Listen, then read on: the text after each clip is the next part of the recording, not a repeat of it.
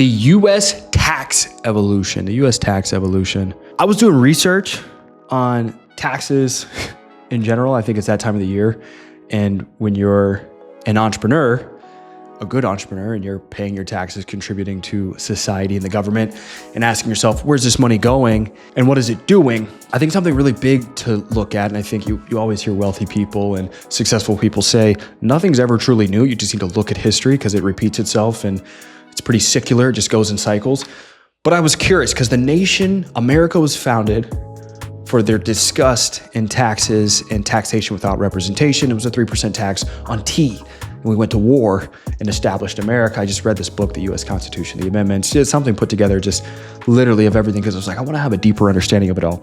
But I looked it up and this is super, super cool. I'm going to take you through the US tax evolution, simple timeline. 1776 through 1860, there was minimal federal taxes, no federal income tax.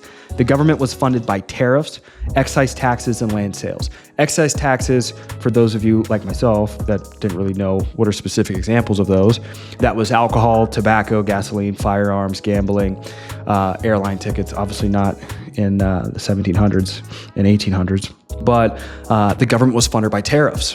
So that was obviously these external, countries, groups. If you're going to, import stuff to us, we're going to tax you and vice versa. Tax came into play 1861 through 1872. There was a temporary income tax. It fluctuated from 3 to 10% to fund the Civil War. And then after that, it was repealed after the Civil War. 1872 to 1913. This is something super crazy. Throughout this period of time, there was no federal income tax. It was the longest period without income tax.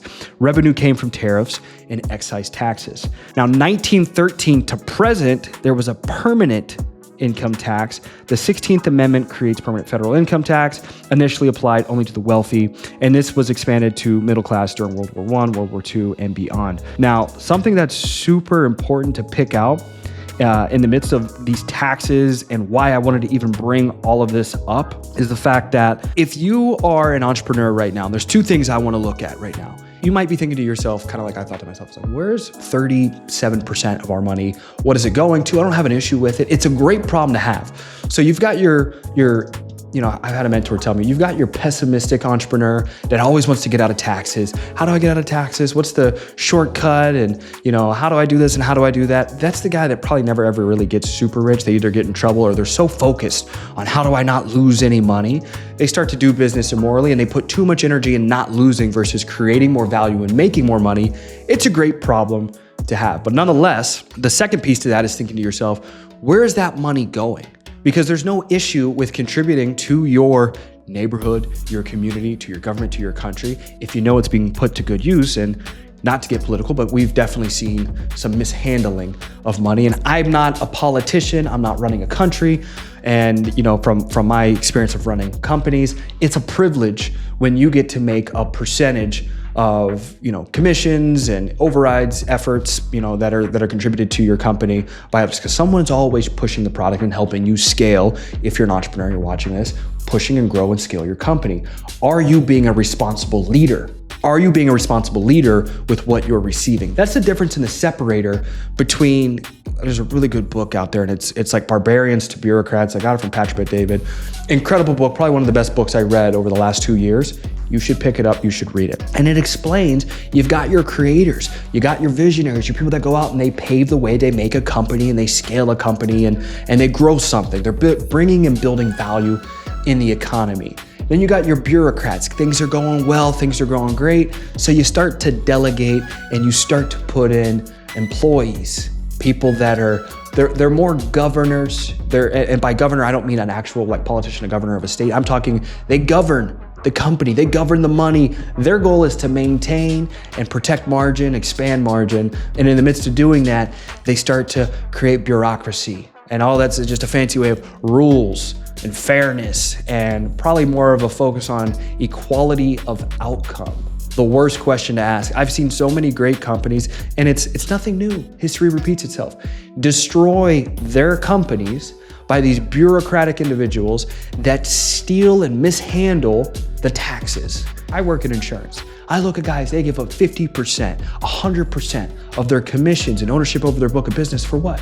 What are you getting in return? Titles, trips, trophies. There's nothing wrong with people making a dollar off of your efforts. Hormozy's got something. He's like, don't count the other guy's money. If you got a good deal and the other guy's making a good buck, awesome. But why not have clarity on what are you getting in exchange for that deal? What are you getting giving up the percentage of your commissions, the guys that are in the insurance space, you're in the sales space, you're watching? These are questions you need to be asking. What am I giving up? How much am I giving up? Why am I giving up? Maybe you're in a position earlier on in your career, in your entrepreneurship, in your sales, where you have to give up more. In the beginning, you got to give up more. You're working on your skills, you're working on your network, your relationships, you're building your business. But these are simple, fundamental, like people make insurance especially, they make it seem way more complex than it is. You don't need more systems, more technology, titles, trips, trophies, and we've got this new thing. It's all disguise that you can look at, like taxation. We're gonna do this, we're gonna build roads, and we're gonna have universal this and universal that. People have access to this, your safety. It's give us your money because we're gonna make you safe. Give us your money, we're gonna do this for you. You know what you should do? You should have a department. What I love is like the Department of Government Efficiency they implemented, and it was cool because they bring them in, they expose, here's where all this money's going that it shouldn't be. And people are like, whoa, you exposed too much. We're gonna shut this down and we're not gonna actually abide by this. We need this money, right? And so you should have a department of money efficiency in your business. Where's the money going and why is it going there? What did you get done last week?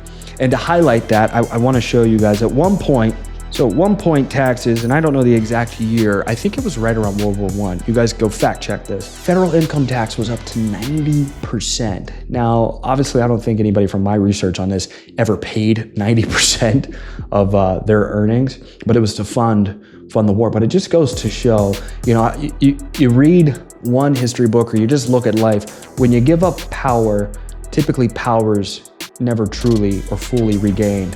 I'm actually quite surprised because sometimes I'm like, man, where's all this money going? Why is it going there?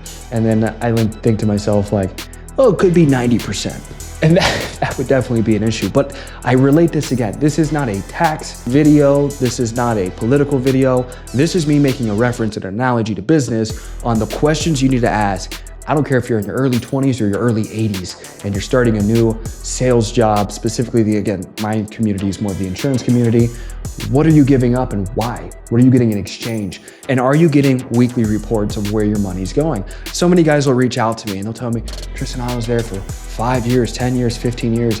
All this money that I gave up in commissions, let alone the titles, the trips, the trophies that were attached to my back end, meaning you paid it out of your back end commissions, your future commissions, what you were supposed to be owed. What are you giving up? Just for these corrupt individuals. I had a call today with a guy telling me, he's like, did you know? And I was like, yes, I knew. He's like, these companies, and it's, again, you see this history repeats itself. Bureaucratic leaders, insecure leaders, they'll build files on you.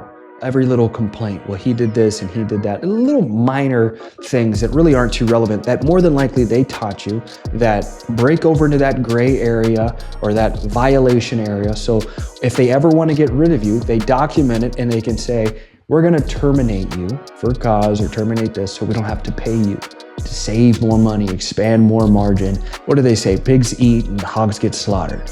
You're seeing right now, we're transitioning into the cycle where the hogs are getting slaughtered. I'm seeing more and more people wake up and revolt in the sales world, in the world too, it's kind of like it's paralleled. People have had enough. They've had enough. Chaos, it leads to disorder, it leads to revolt, and then revolt leads to order, good men stepping up, destroying weak men and their systems they created. Bringing back order leads to prosperity, and then prosperity, it comes back to that, like I said in the very beginning, the bureaucrats, the corporations, the employees taking over, redistributing because of fairness, equality of outcome. It never, ever works. It doesn't work. I'm gonna transition into my next video you guys are gonna watch, and you should take a test to see, what are you aligned with? There's little things, and you can have a proper discussion with people to see, what works and what doesn't work. But at its core, America was built off capitalism. What value are you gonna bring to the economy and the marketplace? And you're gonna be rewarded for that. Nothing more, nothing less. That's it. And be kind and don't harm other humans. This is how your business should run. If you like my content, Like, share, subscribe, comment. If you have ideas on what I should talk about, just shoot me a DM on Instagram. It's